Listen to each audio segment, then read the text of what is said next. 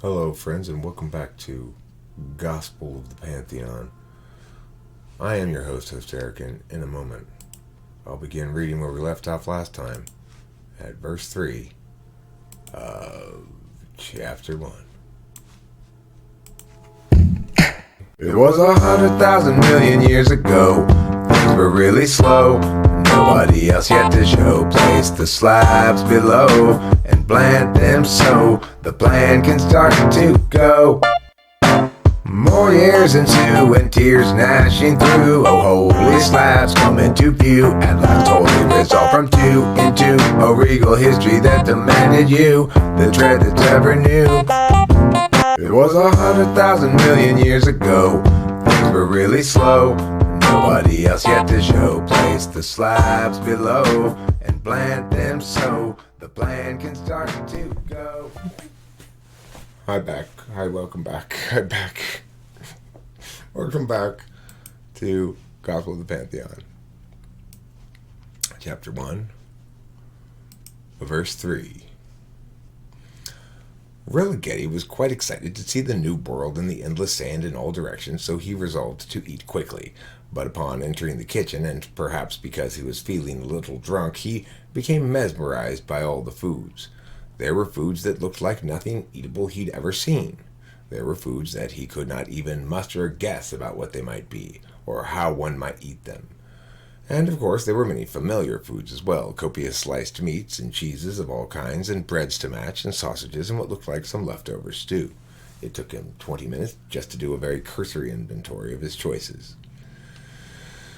In the end, he went with what he knew, and he piled meats and cheeses between two halves of a round loaf of bread. After some searching, he found mustard. While looking for the mustard, he noticed a barrel of pickles, and he fished out 2 of those. He also found a pitcher of mead in the tall, cold box, and he grabbed that too. And he put the mead and his sandwich and the pickles on a small table in the corner of the kitchen. Everything was astonishingly good. This was without question the best food he had ever had, and the best mead he had ever drank. Not that he had had many occasions to drink mead. The thin ale at the pub was more in his price range. Regardless, he gorged, and when he was done, he reflected upon his good fortune at having seen the villa, and commended himself for deciding to enter it. This was proving to be the greatest day of his young life. He wondered if any of the other groundskeepers would believe him when he told them. Probably not, but so what? That wasn't going to stop him from enjoying himself while he was here. He rose from the table, and unsure what to do with his mess, he left it where it was. He recalled hearing that the house had cleaned itself, so if anyone complained, that would be his excuse. He turned and walked towards the swiveling panel in the wall, but before re-entering the bar, he turned to look again at the mess he had left, just to gauge how bad it looked from a bit of a distance, and, of course, the mess was gone. There was no sign it had ever been there. Back in the bar, Campaggo saw that 2 more men had joined Pre-Creator and Accutron. One of them he recognized immediately. This was the god of time. He looked just like the pictures in the book his mother had shown him when he was small. Well, perhaps the beard was more gray than white, but it certainly was bushy, and while the god of time was not wearing a long white robe, he wore canvas pants and a cotton shirt, there was still no mistaking the guy. The other one was a rather mousy-looking fellow with thinning hair and a bit of a slouch. "Ah, Campaggo, you've returned. I trust the food was to your liking," said Pre-Creator. "It was the best food I've ever tasted, sir," replied Religeti, honestly. Good. Some introductions, then." He pointed to the mousy gentleman, whose face was slightly wrinkled, the mortal now saw. "This is Curtis, god of text and of naming things. Curtis, this is Campaggo Religeti, from the dukedom of New Hamptonshire." At hearing the name of New Hamptonshire, Curtis's eyes widened, and he glanced at Pre-Creator and at Accutron. Then he looked at the god of time, but that god was looking away. Curtis said nothing about it, though, and he stuck his hand out towards Campaggo. Pleasure to meet you, Curtis. Pleasure to meet you, Mr. Religeti." Campaggo shook the offered hand. "And this," said Pre-Creator, indicating the bearded god, "is my old and dear friend, the god of time." Religeti shook his hand as well, and Pre-Creator sighed heavily and said, "Well, let's get going, then." The gods provided a saddled horse for Campaggo, and then they began walking away from the house and towards the far perimeter of the villa grounds. Though the gods appeared to be walking no faster than any mortal might walk, Religeti was forced to ride the horse hard across the unpredictable terrain just to keep up. As a consequence, this ride required all of the man's attention. This meant that although it was a fairly substantial distance to travel, to Religeti it felt like it took hardly any time at all. Nevertheless, Campaggo was much relieved to see the gods stop, and to have the chance to dismount.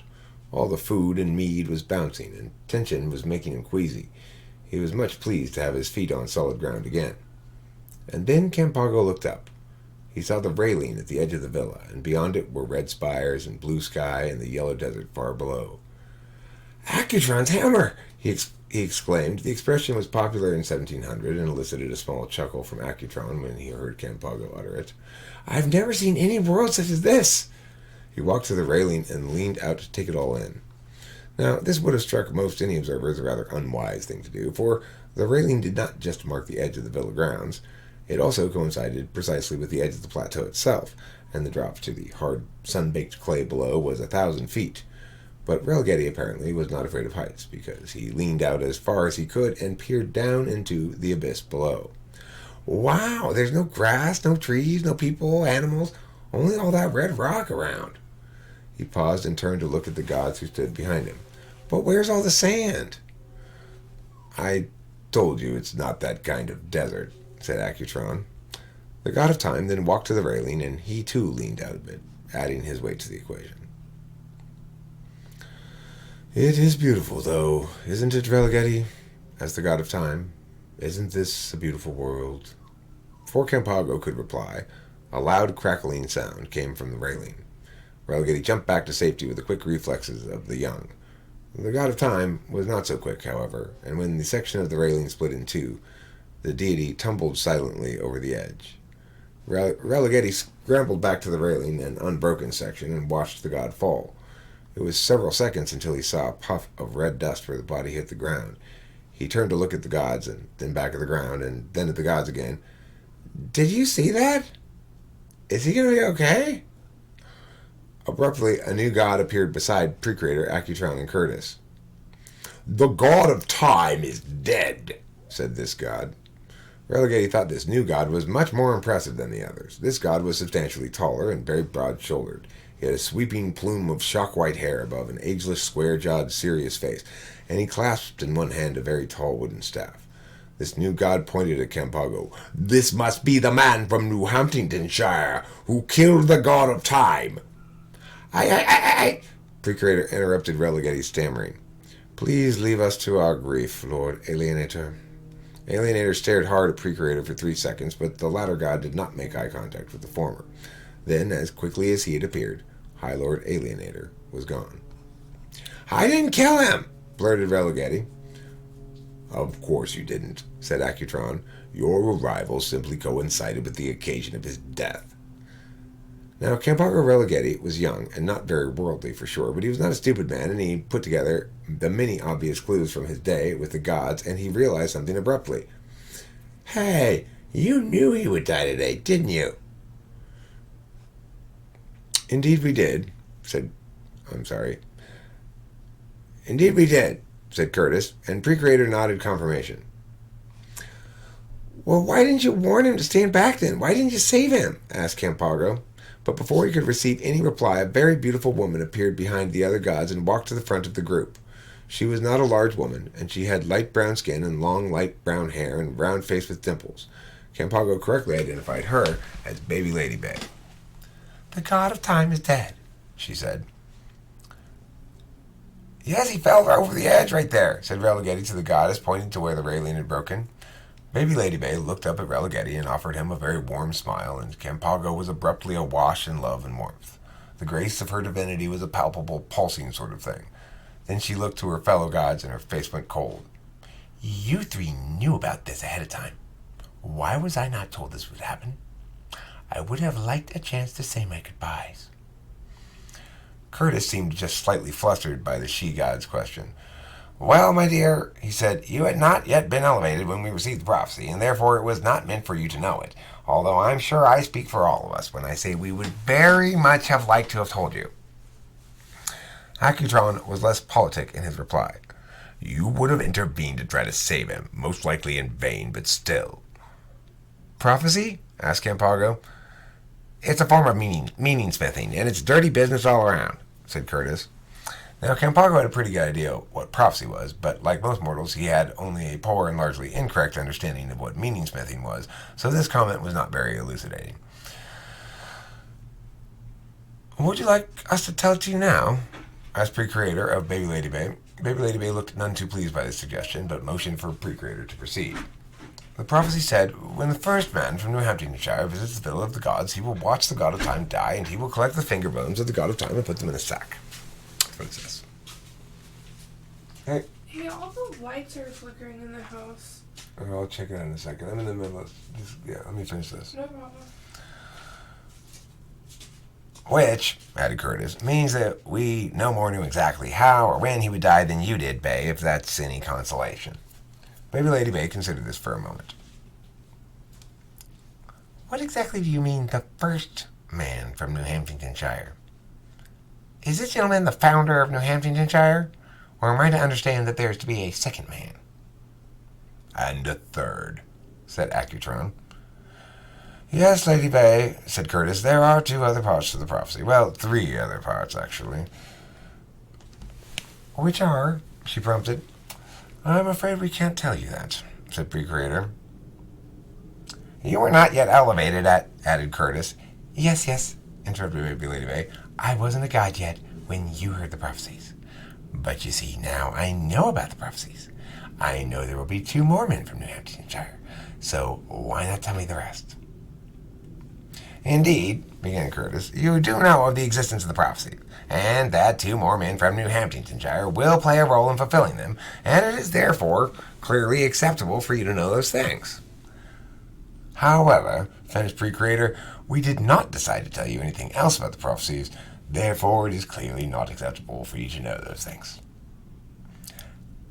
Then why not simply decide to tell me those things, at which point it will be acceptable for me to know them? Demanded Baby Lady Bay. You know it doesn't work like that, answered Pre-Creator. Baby Lady Bay glared at Pre-Creator, and then she was gone. The remaining gods now turned to look at Campaggo. So, said Pre-Creator, you've got a job to do, Relegati, and you best get to it. What job? Weren't you listening? Asked Accutron. You have to go get the fingers of the god of time. And put them in a sack, added Curtis. What, go down there? Asked Campaggo, indicating towards the edge. Just so, said Pre-Creator. Can't you guys just, magic him back up here? Asked the mortal. Pre-Creator looked at Curtis, wrinkled his brow, and with a hate to tell you this expression, said, I'm afraid we must play this ball where it lies, so to speak. Certainly it would have been more convenient for all of us had he died back at the bar, but it didn't work out that way. Perhaps, Campaggo, if you had made the god of time one of your drinks, joked Accutron. This prompted a chuckle from Pre-Creator, but Relegati felt only rising alarm at what the gods were telling him. But how am I supposed to go down there? He demanded. Here's a rope, said Accutron, and Campaggo saw that the god now held a long coiled rope in one hand. Now, leaning recklessly over the railing was one thing, but Relegati had no desire to inch his way down 1,000 feet of rope. He scrambled to think of some sort of way to avoid this ordeal. But what if the rope breaks? I'll be killed. This rope won't break, assured Accutron. I made it myself. Well, you guys made that railing too, right? We all know how sturdy that was.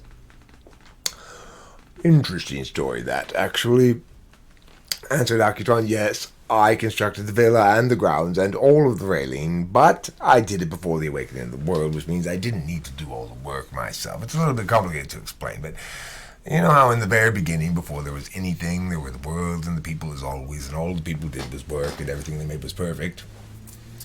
Campaggo looked blankly at Accutron. That gospel's not yet been channeled, Accutron, said Curtis. There's no way this mortal could possibly know that.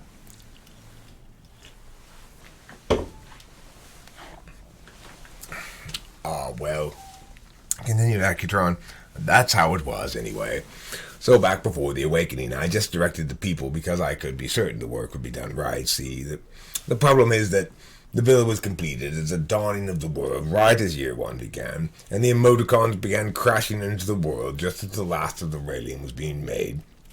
This very section right here, in fact. So you see, this bit right here was made by mortal hands after the very beginning, and the mortals channeled the truths of the agent space, the article space, imperfectly. And thus the railing here, unlike this rope, which I made entirely myself, was vulnerable to breakage. Accutron paused and looked at the broken railing. If you think about it, he continued, given the circumstances, it was inevitable that this bit of imperfect railing would play some significant role at some point, and, as you see, it did. None of this made much sense to Campaggo, but he did get the gist of what it signified. He was going to have to climb down the rope, like it or not. Accutron walked to the railing some distance from the point where it had broken, then began tying one end of the rope around the wood. This gave Campaggo a few minutes to appreciate the spectacular woods that grew near the edge of the villa grounds and the small glen where stood Pre-Creator and Curtis watching Accutron get the rope ready. The trees were enormous and mostly of varieties that Religeti had never seen before. The beauty of the place easily rivaled that of the desert, but Campaggo had felt so thoroughly harried throughout the ride from the house to the railing that he really had not had a chance to see any of it. He looked far up towards the tops of the towering trees and was awed by them. He understood then that he was indeed in the home of the gods, in the presence of divinity. "You had best get started, I think," prompted Pre-Creator. "When you get to the bottom," said Curtis, "do not let go of the rope until after you've collected all the fingers of the god of time. As soon as you let go, you'll be back in New Hamptonshire, and the rope's the only thing keeping you here connected to the villa, see? So don't let go until after you get the fingers." Campaggo nodded that he understood, and then said goodbye and shook the hand of each of the three gods in turn and thanked them for their hospitality. Pre-Creator handed the mortal a small canvas sack, which Campaggo carefully tied onto his belt to keep it out of his way during the descent. Then Religeti climbed over the edge of the cliff and started inching down the rope. It took him the better part of 3 hours to reach the bottom. About halfway down, he realized that he had no way to cut the fingers off of the god of time, but he wasn't about to go back up now. He'd just have to find a sharp rock or something. When at last the mortal arrived at the bottom, however, he saw that the god had become nothing but bones, and that his clothes had become a few ancient shreds of cloth. In fact, Campaggo noted, the remnant seemed to still be aging so quickly that he could watch it happening. He could see some of the bones literally decaying into nothing. And this, it occurred to the man, meant that he should probably hurry up. So, being careful not to release the rope, Religeti easily broke each brittle finger off in turn and placed it into the sack. He got the thumbs, too, just to be safe. Then, after a final gaze at the arid red land, and at the spot where the corpse of the god of time had been, it was now mostly just dust, Campaggo released the rope and found himself back in New Hamptonshire. Almost immediately after Campaggo's departure, another figure arrived at the spot of the god's demise. It was Entropotripocles. The god of stumbles and confusion got down on all fours and pawed through the dust until he found what he was looking for. Rejoin me next time for the beginning of Chapter 2, The Beholder.